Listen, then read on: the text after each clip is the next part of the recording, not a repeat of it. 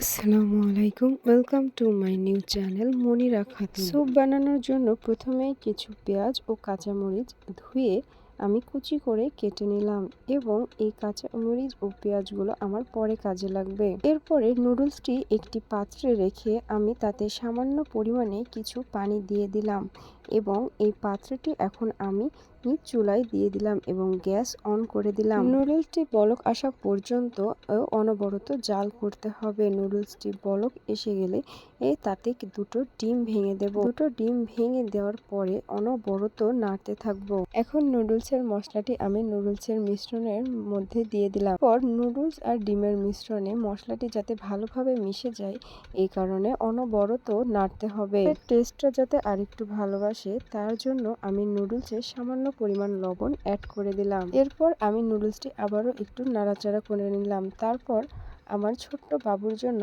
আমি সামান্য পরিমাণ নুডলস একটু বাটিতে উঠিয়ে রাখলাম। চুলায় কড়াই দিয়ে আমি কড়াইয়ে কেটে রাখা কাঁচা পেঁয়াজ মরিচগুলো দিয়ে দিলাম। এরপর সামান্য পরিমাণে কিছু তেল দিয়ে পেঁয়াজগুলো আমি একটু ভেজে নিলাম। এতে নুডলসের বাকি দুটো মশলা আমি ঢেলে দিলাম। এরপর নুডলসের মিশ্রণটি আমি ভাজা পেঁয়াজের মধ্যে ঢেলে দিলাম এবং কিছুক্ষণ নাড়াচাড়া করব। এই তো আমার নুডলসের স্যুপ একদম রেডি। এখন এটি বাটিতে পরিবেশন করব। এখন নুডলসের স্যুপটি আমি আমার জামাইকে পরিবেশন করব এবং এটার টেস্ট বাড়ানোর জন্য এর উপরে সামান্য পরিমাণে কিছু শসা আমি অ্যাড করে দেব।